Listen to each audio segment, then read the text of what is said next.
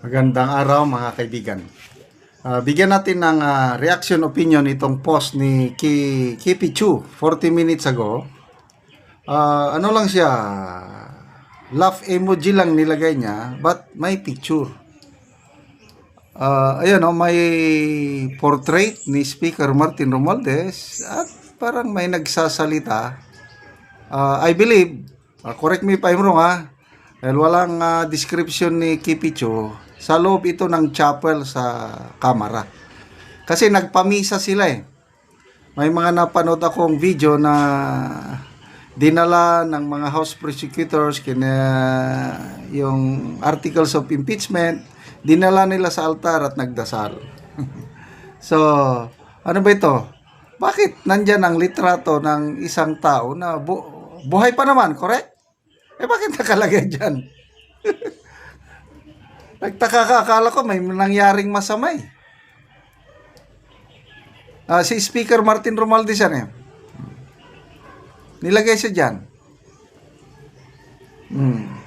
Okay, magbasa tayo sa mga comments. Basely Razan, rest with no peace. Ano ba yan? Rest with no peace.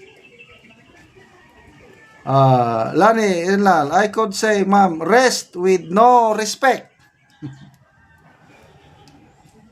Zen Bilar, my happiest condolence. Okay, kung may nangyaring masama, yun, yung botohan 18-5 sa Senado na ibinalik back to sender yung articles of impeachment sa Kamara para sagutin ang constitutional issue. So, sa mga hindi pa nakapanood sa una kong mga vlog, constitutional issue is nalabag ba ng mga kongresista yung 1-year ban o 1-year bar rule sa impeachment nga nakalagay sa konstitusyon. Very explicit po sa konstitusyon na ang isang impeachable official dapat masampan siya ng kaso once a year lang. Yang nangyari sa Kamara, 3 impeachment case ang naisampa laban kay BP Sara noong December last year. Nandun, nakabinbin lang, nakatulog. Then bigla, noong February 5, may pang-4 na impeachment. Yon ang ipinasa sa Senado. So, bali, 4. So, nasunod ba yung 1-year ban against an impeachable official? Ang motion ni Senator Bato de la Rosa is i-dismiss na yung impeachment case dahil nalabag ang konstitusyon. Yun ang motion. Yun sana ang bobotohan. Kaya lang matalino itong si Senator Alan Peter Cayetano, naglagay siya ng amendment sa motion na ibalik na lang natin sa Kongreso, sa Kamara, para sagutin ng mga kongresista, ano ba ito? Nasunod nyo, hindi, yung 1-year ban. Yun. Kaya ito, malaking setback. Talagang condolence talaga. Condolence sa pagkatalo. Although, sabi nga ni Senator Padilla, we have won the battle but not the war. Kaya iba yun, ibang war, ibang battle. One single, pa lang ito, labanan. Panalo si BP Sara. But the entire impeachment process, wala pa. Okay, so, condolence. Ang daming nagko-condolence dito na wala namang, hindi naman nagurgur. Natalo lang. Dedok na si Lolong Lai. Eulogy ba o may hinirat? Ang daming Luto po yung sa pamisa. Yung sound lang. Walang sound dahil may music. Baka makapiright tayo. Yan. Dinadala sa altar yung articles of impeachment.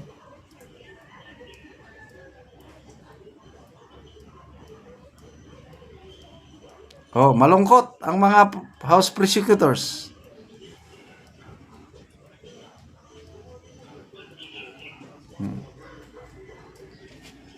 Ano pa?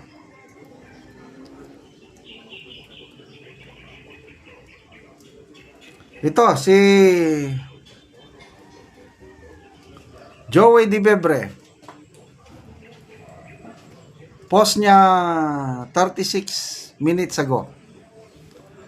After remand yung naibalik. After ma-remand ng complaint, ayun, nagpamisa ng mga papel.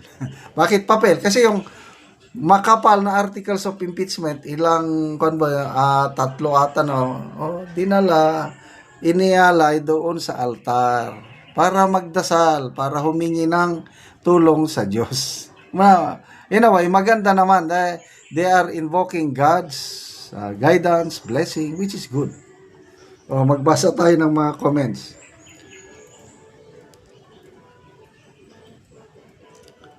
Janex Hernandez, ipagpas sa Diyos na lang daw, sana daw may blessing galing kay speaker.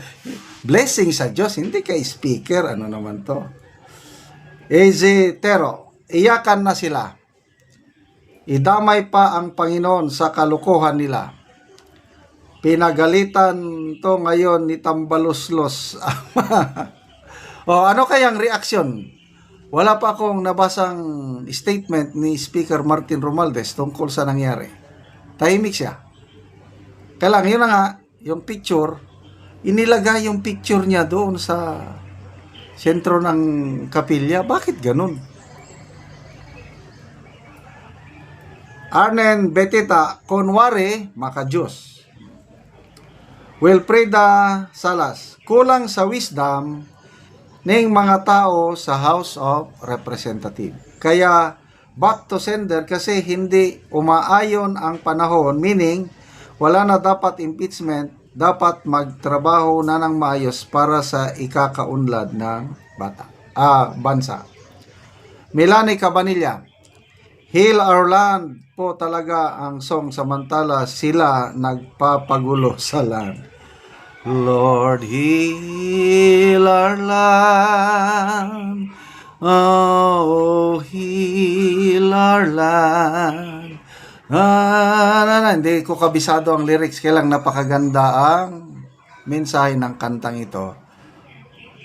Sana God heals our land. Kaya lang, ang nagpapagulo, itong mga nag-file ng impeachment complaint, hindi nila sinunod yung konstitusyon. Okay, salamat mga kaibigan sa inyong pagsubaybay sa ating channel. Nakakatulong kayo ng malaki sa Tribong Talandig dahil ang income natin sa channel na ito is pantulong sa tribo.